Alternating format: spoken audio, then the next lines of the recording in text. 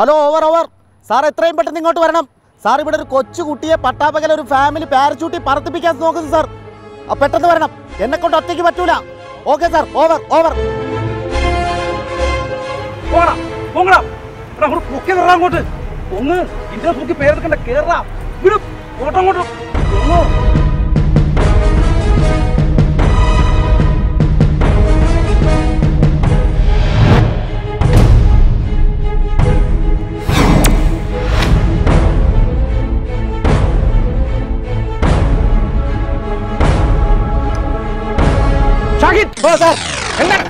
Sir കണ്ടാ സഹിക്കൂല എന്താണ് പട്ടാപ്പകൽ ഒരു കൊച്ചു കുട്ടിയെ അതും ഒരു ഫാമിലി പാരച്യൂട്ടിൽ പറത്തി കളിപ്പിക്കുന്നേ ഇതിപ്പോ എല്ലാ മാതാപിതാക്കളുടെ ഒരു വിനോദമാണ് കൊച്ചു കുട്ടികളെ പാരച്യൂട്ടിൽ ഇങ്ങനെ കയറ്റി അങ്ങോട്ട് മേലോട്ട് വിടുക എന്നിട്ട് ഇവരെങ്ങനെയെങ്കിലും ഗിന്നസ് ബുക്കിൽ കയറി പറ്റുക നമ്മൾ സമ്മതിച്ചുകൂടാ തന്നെ വല്ല കൊച്ചു കുട്ടികളെ ഇങ്ങനെ പാരച്യൂട്ടിൽ കയറ്റിവിടുന്ന സാഹസിക കാണിക്കുന്ന മാതാപിതാക്കളെ അറസ്റ്റ് ചെയ്ത് ജയിലിലടക്കാൻ കോടതി ഉത്തരവ് വന്നിരിക്കുകയാണ് ആണല്ലേ പിന്നെ അപ്പൊ എന്റെ പൊന്നു സാറെ പെട്ടെന്ന് അറസ്റ്റ് ചെയ്യാം അല്ലെങ്കിൽ സാറിന് സസ്പെൻഷൻ പോലുള്ള പണി കിട്ടും പിന്നെ നമുക്ക് അവരെ പെട്ടെന്ന് പിടിക്കാം ഷാഹിദേ ഓ കം ഓൺ വാ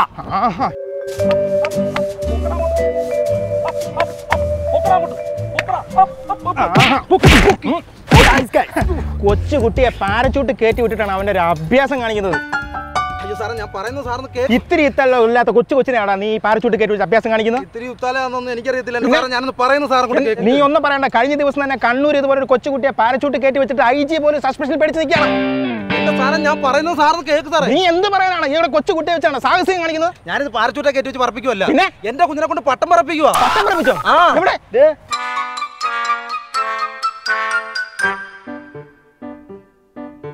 ഷാഹിദേ, ഈ പട്ടമാണോ നീ പാരച്യൂട്ടാന്ന് പറഞ്ഞത്?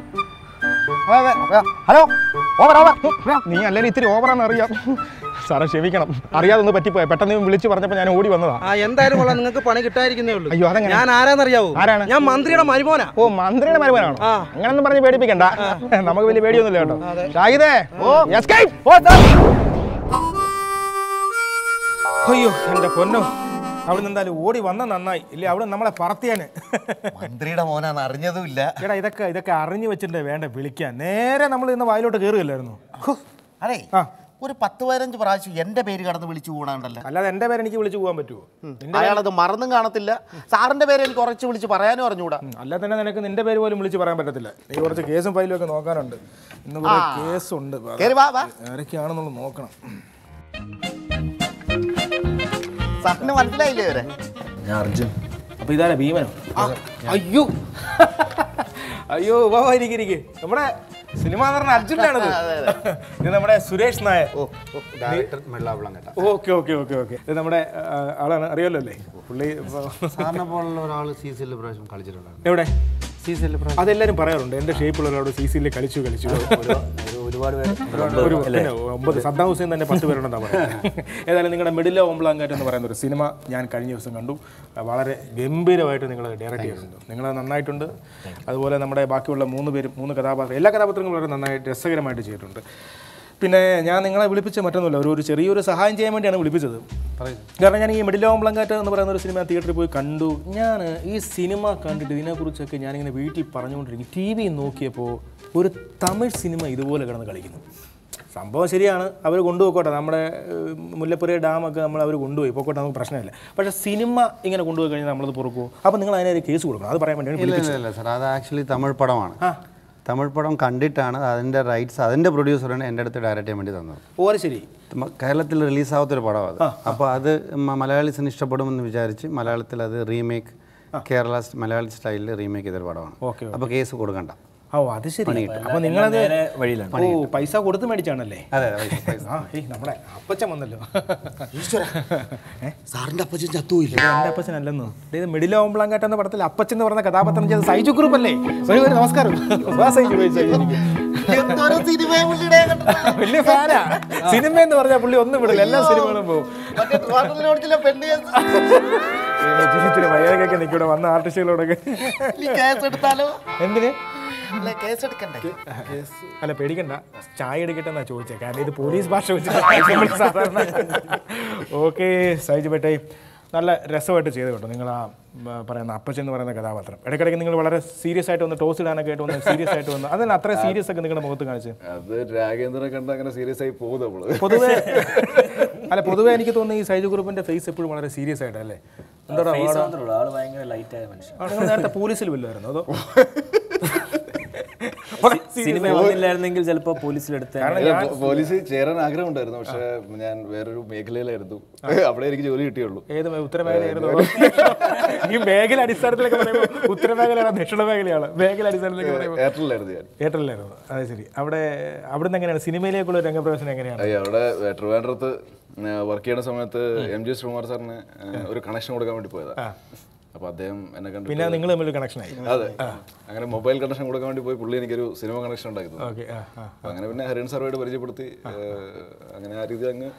നിങ്ങളുടെ ഷൂട്ടിംഗ് ലൊക്കേഷൻ്റെ റിപ്പോർട്ടൊക്കെ ഞാൻ വായിച്ചു. അപ്പോൾ പറഞ്ഞു നിങ്ങൾ എല്ലാവരും ഭയങ്കര ത്രില്ലിലാണ്. പിന്നെ ഇത്ര ദിവസം കൊണ്ട് സിനിമ തീർക്കാൻ ചാർട്ട് ചെയ്തു, കറക്റ്റ് സമയത്ത് തീർന്നു. അതെന്താണ് അത്ര ഉന്മേഷം കിട്ടാനുള്ള കാരണം എന്താണ്? ചേട്ടൻ എന്ന് പറഞ്ഞാൽ ഭയങ്കര ഡിപ്ലോമാറ്റിക് ആളാണ്. അതായത് ഒരു വർക്ക് എല്ലാവരും ഒരുമിച്ച് ചെയ്യണം.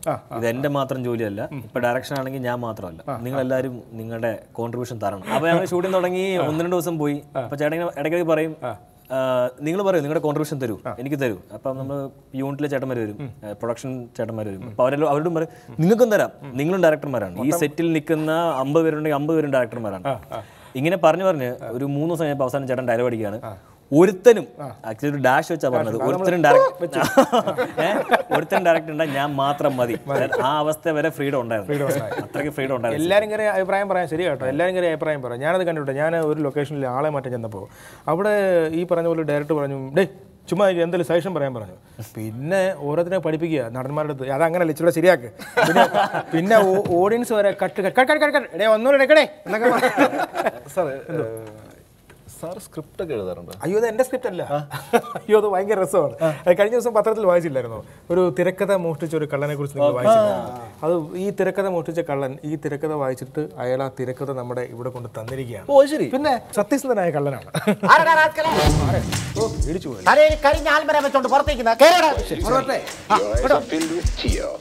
ആതിര പോലീസായിട്ടാന്ന് തോന്നുന്നു. വായിന്ന് സരസ്വതി അന്ന്.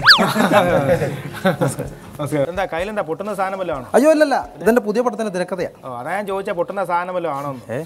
ഇത് ഇപ്പൊ പൊട്ടത്തില്ല, തിയേറ്ററിൽ ചെല്ലണം. തിരക്കഥ മോഷണം പൊടി ഞാൻ നിങ്ങളാണല്ലേ എന്റെ പൊന്നു മനുഷ്യൻ. നിങ്ങൾ ഈ ബസ്സിലൊക്കെ യാത്ര ചെയ്യുമ്പോൾ ഇതൊക്കെ ഒന്ന് സൂക്ഷിച്ച് കൊണ്ടുപോകണ്ടേ? അല്ല, ഞാൻ എന്റെ മനസ്സിൽ നിന്ന് അപ്പോഴേ കുറിക്കാനായിട്ട് മനസ്സിൽ വന്ന് കുറിച്ചു. അത് പുറകെ ആരെങ്കിലും കുറിച്ച് എടുത്തോണ്ട് പോയി കഴിഞ്ഞാൽ പിന്നെ ഇത് കിട്ടുമോ ഈ സാധനം? ഇത് സത്യസന്ധനായ ഒരു കള്ളനായതുകൊണ്ട് തന്നതാ. എടുത്തോണ്ട് ഇത് മനസ്സിലായല്ലോ. സൈജു ഗ്രൂപ്പ് അർജുൻ സുരേഷ് നായർ. സാധനം എനിക്ക് അതുപോലെ ജീവൻ എൻ്റെ അതുപോലെ ഞാൻ കണ്ടോ. ഞാൻ സാധനം എല്ലാം എനിക്കറിയാം. സാറിനെ വെച്ചൊരു പ്രോജക്റ്റ് എനിക്ക് ചെയ്യണമെന്നൊരു ആഗ്രഹമുണ്ട്. കിട്ടുന്ന ഒരു സാധനം എൻ്റെ ഇരിപ്പം എല്ലാവരെയും ഉൾപ്പെടുന്നു കേട്ടോ. ഞാൻ എൻ്റെ അങ്ങനെ ഒരു സാധനം അത് കാരണം ഒരുവിധപ്പെട്ടവൻ തൊടാൻ അറയ്ക്കും. അതവർ ചെയ്തോളും. ഇത് തിരക്കഥ വായിച്ച ഒരാളെ കള്ളൻ തന്നെ ഒരു കുറിപ്പിടാൻ വെച്ചിട്ടുണ്ട്. എന്തെങ്കിലും കൗണ്ടർ തമാശകൾ നോട്ട് ചെയ്ത് വെച്ചേക്കും. നോക്കി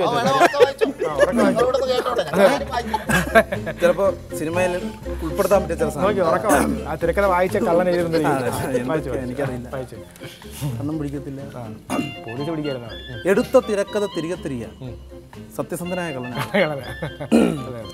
ഞാൻ വിചാരിച്ചു ഞാനാണ് ലോകത്തിലെ ഏറ്റവും വലിയ കള്ളൻ. അദ്ദേഹം എൻ്റെ കണ്ണു ഉറപ്പിച്ച് കളഞ്ഞു. നോക്കട്ടെ, ഇത് വായിച്ചു കഴിഞ്ഞപ്പോഴാണ് എനിക്ക് മനസ്സിലായത് എന്നേക്കാൾ വലിയ കള്ളൻ നിങ്ങളാണെന്ന്. മിടുക്കനവൻ. കാരണം ഞാൻ ഇന്നലെ കണ്ട ഇംഗ്ലീഷ് പടത്തിന്റെ അതേ കൂട്ടി. എന്റെ സുരേഷ് നായർ ഒരു കാര്യം അറിയോ? ഇംഗ്ലീഷ് പടത്തിന്റെ സ്പൈഡർമാൻ ഉണ്ടല്ലോ, അതാണ് 8 മനുഷ്യൻ പറഞ്ഞ് തിരക്കഥ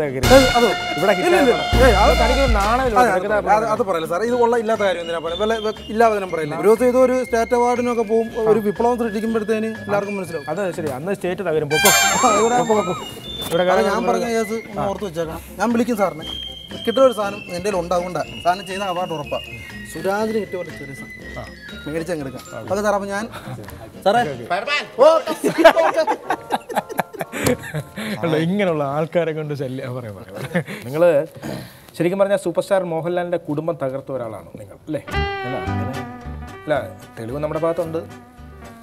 മറ്റേ ഗ്രാൻഡ് മാസ്റ്റർ CD നമ്മുടെ ഭാഗത്തുണ്ട്, ഞാൻ കണ്ടു. അതിനകത്ത് നിങ്ങൾ കഥാപാത്രം ഒരു നിമിഷം അർജുൻ പേടിച്ചു പോയി. സിനിമയ്ക്കകത്ത് അദ്ദേഹത്തിനെ തൊഴിച്ചു കൊണ്ട് തന്നെ അടിക്കുന്ന പറഞ്ഞ ആൾക്കാരുണ്ട്.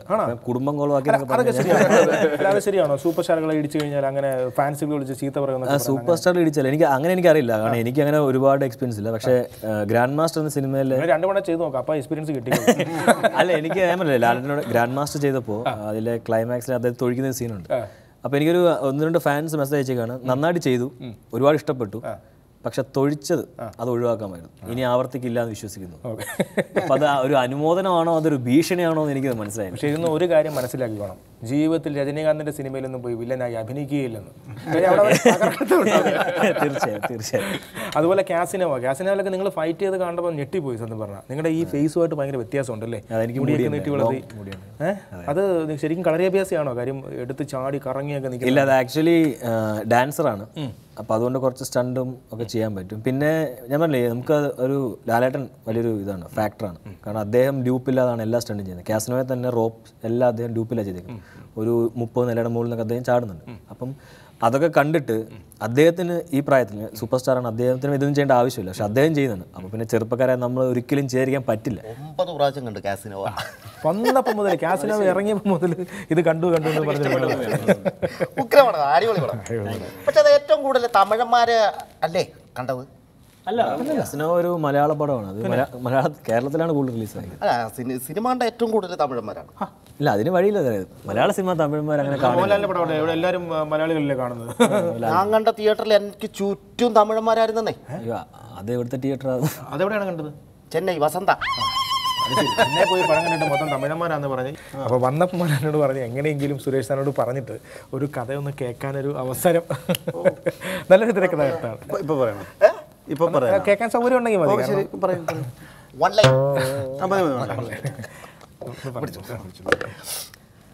ചന്തയാണ് ലൊക്കേഷൻ.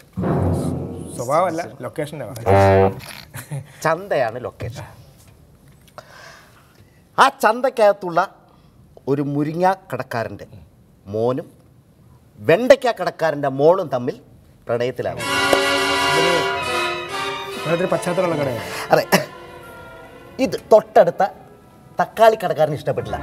ഈ പ്രേമം മൊത്തവും ചീഞ്ഞു നാറി. ഇയാൾ നേരെ പോയി ഉരുളൻകിഴങ്ങ് കടക്കാരനോട് പറഞ്ഞു. ട്വിസ്റ്റ് ഫീൽ ചെയ്ത് തുടങ്ങി. ഈ ഉരുളൻകിഴങ്ങ് കടക്കാരൻ ഇതിലോട്ട് ഇടപെട്ട് കഴിഞ്ഞാൽ പിന്നെന്താ?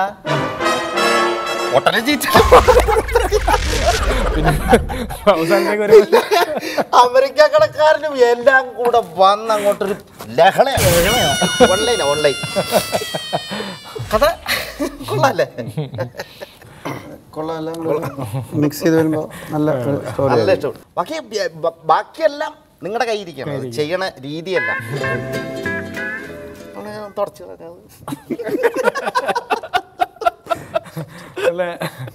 അപ്പൊ എക്സ്ക്യൂസ് മീ സാർ, ഇതെങ്ങനെ സിനിമയ്ക്ക് കൊള്ളാം? സിനിമയ്ക്ക് കൊള്ളില്ല, സാമ്പാർ വെക്കാൻ കൊള്ളാം. പക്ഷെ ഒരു കാര്യം കേട്ടോ, എന്താണ്? ഇവർക്കൊന്നും മറ്റുള്ള വലിയ ജാട കാണിക്കുന്ന സിനിമാടന്മാരെ പോലെ ജാടയൊന്നുമില്ല. അതൊന്നുമില്ല. അതല്ല, ഞാൻ വിളിച്ചപ്പോൾ തന്നെ അവർ വന്നില്ലേ.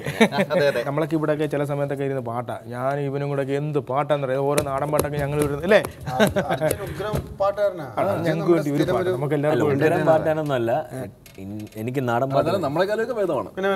അറിയാച്ച സാറിന് നാടൻ പാട്ട് അതൊക്കെ അറിയാം. നാടൻ പാട്ടൊക്കെ ഞാൻ കലാപം മണിച്ചന്റെ വലിയൊരു ഫാനാണ്. എനിക്ക് നാടൻ പാട്ടൊക്കെ വളരെ ഇഷ്ടമാണ്. ഞാൻ വലിയൊരു ഫാനാണ് അദ്ദേഹത്തിന്റെ. അപ്പോൾ കലാപം മണിച്ചന്റെ ഒരു പാട്ട് തന്നെ നമുക്ക് പാടാം. ഞാനൊരു 2 വരി പാടാം.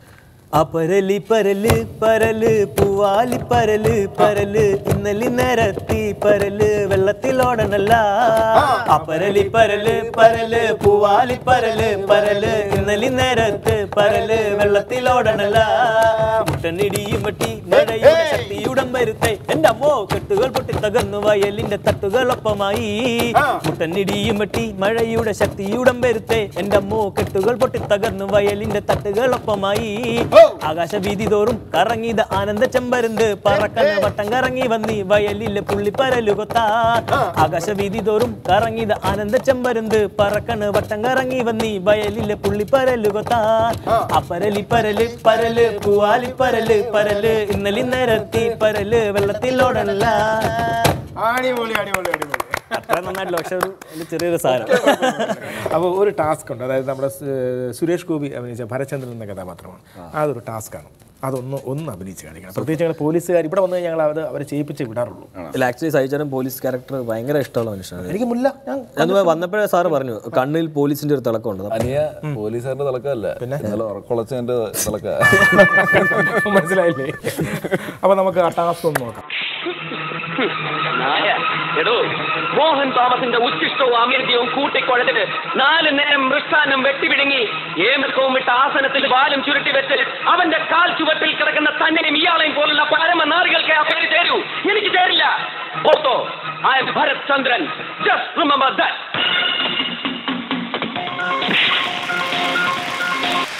കൈതോല പായ വിരിച്ച് പായേലൊരു പറ നെല്ല് പൊലിച്ച് കാതുകുത്താൻ എപ്പ വരും നിന്റെ അമ്മാവന്മാര് പൊന്നേ, കാതുകുത്താൻ എപ്പ വരും നിന്റെ അമ്മാവന്മാര് പൊന്നേ.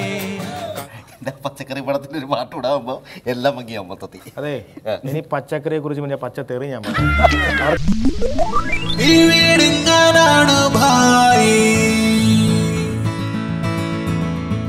ഈ അർജുൻ മാത്രമേ പാടുള്ളൂ, സജീവായി പാടത്തില്ലേ? ആണല്ലേ? പിന്നെ ഞങ്ങൾ ഉസ്താദ് എന്നാണ് വിളിക്കുന്നത്. ഹിന്ദി പാട്ടുകളാണ് ആ ഒരു മേഖലയാണ് പിടിച്ചേക്കുന്നത്. ഹിന്ദി പാട്ടിന്റെ പാട്ട്. ഈ ഹിന്ദി പഠിച്ച എങ്ങനെ പഠിച്ച ശരിക്കും? ഞാൻ വളർന്നതൊക്കെ മഹാരാഷ്ട്രയിലായിരുന്നു. അപ്പോൾ അച്ഛനോടെ ജോലിയായിരുന്നു. പഠിച്ചതൊക്കെ നമ്മൾ ലൊക്കേഷനിൽ ഇടയ്ക്ക് നമ്മൾ ഇങ്ങനെ പാട്ടൊക്കെ പാടി ആസ്വദിക്കുന്ന സമയത്ത് ഞാൻ പാടാൻ വേണ്ടി വരുമ്പോഴത്തേക്കും അർജുനൊക്കെ ഇങ്ങനെ പറയും ഹിന്ദി പാട്ട് പാട്. അപ്പോൾ അവർക്ക് ഹിന്ദി പാട്ട് കേൾക്കണമെന്നൊരു മോഹം. അപ്പം അങ്ങനെ കൂടുതൽ ഹിന്ദി പാട്ട് പാടിയാണ് ഹീറോയിൻ തന്നെയാണ് സംഭവം. ഒക്കെ പലരുടെയും ട്രിക്കാണിത്. അല്ലാതെ ഇവർക്കൊന്നും ഈ പറഞ്ഞ അർജുൻ പാടിയിട്ടൊന്നും അല്ല, പാട്ടിന് വേണ്ടിയിട്ടൊന്നും അല്ല. പിന്നെ ഇപ്പൊ നമ്മളിപ്പോ അർജുന് വേണ്ടിയിട്ടാന്നൊക്കെ പറയുന്നതാ, പ്രശ്നമില്ല. എന്തായാലും ഞാൻ പാടാം. ഓക്കെ, അപ്പൊ ഒരു ഹിന്ദി പാട്ട്. जो भी कसम खाई थी हमने, वादा किया था जो मिलके, तूने ही जीवन में लाया था मेरे सवेरा. क्या तुम्हें याद है, क्या तुम्हें याद है, क्या तुम्हें याद है, दिन वो बड़े हसीन थे, रातें भी खुश नसीब थी, तूने ही जीवन में लाया था मेरे सवेरा. क्या तुम्हें याद है, हाँ मुझे याद है, हाँ मुझे याद है. ഞാൻ വെറുതെ പറഞ്ഞ ഉസ്താദ് പറഞ്ഞ ഹിന്ദി പാട്ടിന്റെ ആശാനാണ്. ഹീറോ സത്യം പറഞ്ഞാൽ അത് സുരേഷ് നായരുടെ പടം അഭിനയിച്ചതിന് ശേഷം പൈസ ചോദിച്ച് മേടിക്കുന്ന പോലെ അല്ലേ? ഞാൻ അഭിനയിച്ചില്ലേ, പൈസ തന്ന് ഞാൻ പോട്ടെ. എനിക്കങ്ങനെ തോന്നിയത് പച്ചക്കറി പടത്തിന്റെ ഒരു പാട്ട് ഇടാകുമ്പോ എല്ലാം ഭംഗിയാവും മൊത്തത്തിൽ. അതെ, ഇനി പച്ചക്കറിയെ കുറിച്ച് പറഞ്ഞാൽ പച്ചത്തെറി ഞാൻ അവർക്ക് വീട്ടിൽ പോയിട്ട് ഒരുപാട് കാര്യമുള്ളതാണ്. ഒരു കഥയും പറഞ്ഞ് അവരെ പോലെടുപ്പിച്ചിട്ട്, അല്ല ഞാൻ കഴിഞ്ഞ ദിവസം ഒരു ഗാനമേളയ്ക്ക് പോയി കേട്ടോ. ഞങ്ങൾ രണ്ടുപേരാണ് പാടാൻ പോയത്. അപ്പോൾ ഒരു ബുക്കിൽ എഴുതി വെച്ചിരിക്കുന്നു മിഹ് മിഹ് എന്ന് എഴുതി വെച്ചിരിക്കുന്നു. എനിക്കത് മനസ്സിലായില്ല, ഹിന്ദി പാട്ടാണോ തമിഴാണോ എന്നാ എനിക്കറിയില്ല. മിഹ് മിഹ് എന്ന് എഴുതി വെച്ചിരിക്കുന്നു. അത് കഴിഞ്ഞാണ് ഇയാൾ പാടിയപ്പോൾ മനസ്സിലായത് മലയാളം വരുന്നത്.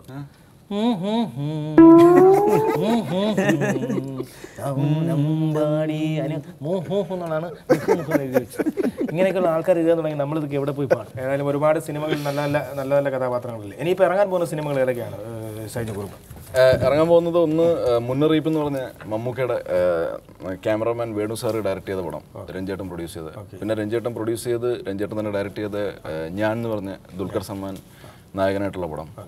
പിന്നെ ഡോൾഫിൻസ് നമ്മുടെ സുഹൃത്ത് അനൂപ് മേനൻ സ്ക്രിപ്റ്റ് എഴുതി സുരേഷ് ഗോപി അദ്ദേഹമൊക്കെ അഭിനയിക്കുന്ന ദീപൻ ചേട്ടൻ അത് സംവിധാനം ചെയ്തിരിക്കുന്നത്. ഈ 3 പടങ്ങളാണ് ഇനി റിലീസാകാൻ പോകുന്നത്. അർജുൻ ഏത് പടങ്ങളൊക്കെയാണ് ഇനിയിപ്പോൾ വരാനിരിക്കുന്ന പടങ്ങൾ? എൻ്റെ വരാനുള്ള പടം ഡോൾഫിൻസ് ആണ്. അതാണ് ഇനി റിലീസ് ഉടനെ അടുത്ത റിലീസ്. ഓക്കെ, സുരേഷ് നായർ ഇനിയിപ്പോൾ ഏതാണ് അടുത്ത സിനിമ ഡയറക്റ്റ് സംവിധാനം ചെയ്യാൻ പോകുന്ന സിനിമ ഏതാണ്? ഇനിയിപ്പോൾ മെല്ലോ ബ്ലാങ്കയുടെ തന്നെ ഹിന്ദിയിൽ റീമേക്ക് ചെയ്യാൻ വേണ്ടി പ്രൊഡ്യൂസർ പറയുന്നുണ്ട്. അപ്പോൾ ഇതിൽ ഹിന്ദി അറിയാവുന്ന നായകന്മാരോ ആണോ അതോ ഇവർക്കെല്ലാവരും ഇവർ തന്നെയാണോ? അതിലുള്ള ഒരു 1-2 പേര് മിക്കവാറും കാണും. എന്നാൽ പിന്നെ ഞങ്ങളെന്നാ അങ്ങോട്ട്. ഓക്കെ, വളരെ സന്തോഷം. പോവാൻ പറയട്ടെ, ശിക്ഷ കഴിഞ്ഞിട്ട് പോവാ. സാറിന്റെ വക ഒരു പാട്ടുണ്ട്, അതൊരു ശിക്ഷയാണ്. ആ പാട്ട് കഴിയുമ്പോ അതങ്ങനെ ഫീൽ ചെയ്തു.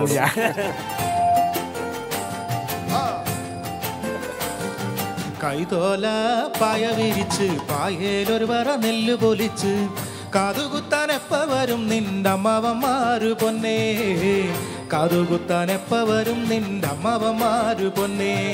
കൈതോല പായ വിരിച്ച് പായേലൊരു പറ നെല്ല് പൊലിച്ച് കാതുകുത്താൻ എപ്പ വരും നിന്റെ അമ്മാവന്മാര് പൊന്നേ, കാതുകുത്താൻ എപ്പ വരും നിന്റെ അമ്മാവന്മാര് പൊന്നേ.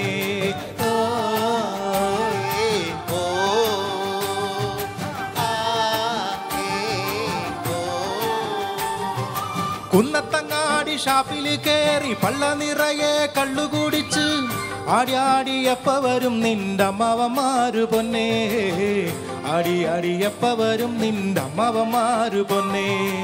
കൈതോല പായ വിരിച്ച് പായേലൊരു പറ നെല്ല് പൊലിച്ച് കാതുകുത്താൻ എപ്പ വരും നിന്റെ അമ്മാവന്മാര് പൊന്നേ, കാതുകുത്താൻ എപ്പ വരും നിന്റെ അമ്മാവന്മാര് പൊന്നേ.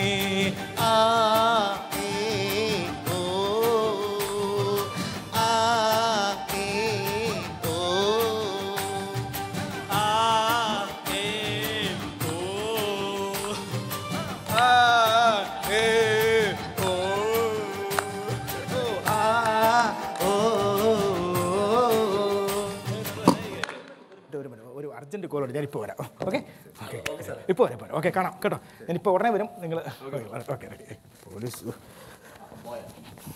അതെ, ഒന്നും തോന്നരുത്. പുള്ളി മുമ്പ് ഒരു പിക്കറ്റിങ്ങിന് പോയപ്പോഴേ തലയുടെ ബാക്കിൽ ഒരു അടി കിട്ടി, മെഡില ഒബ്ലോങ്കേട്ട കംപ്ലൈൻ്റ് ആയി. അപ്പോൾ ഇടയ്ക്കിടയ്ക്ക് പുള്ളിയുടെ ബോധം പോകും, ഇടയ്ക്കിടയ്ക്ക് ബോധം വരും. ഈ ബോധം പോകുന്ന സമയത്താണ് നിങ്ങളെപ്പോലുള്ള സിനിമാക്കാരെയൊക്കെ വിളിച്ചിട്ട് ഈ വർത്താനോ കാര്യങ്ങളൊക്കെ. ഇതൊക്കെയാണ് നിങ്ങൾ മറ്റേ സിനിമയിലേക്ക് അഭിനയിക്കുന്നല്ലേ? അതെ. നിങ്ങളെന്താ ഇവിടെ? എന്താ പറ്റിയത്? ഞാൻ പറഞ്ഞില്ലേ, മെഡില ഒബ്ലോങ്കേട്ട.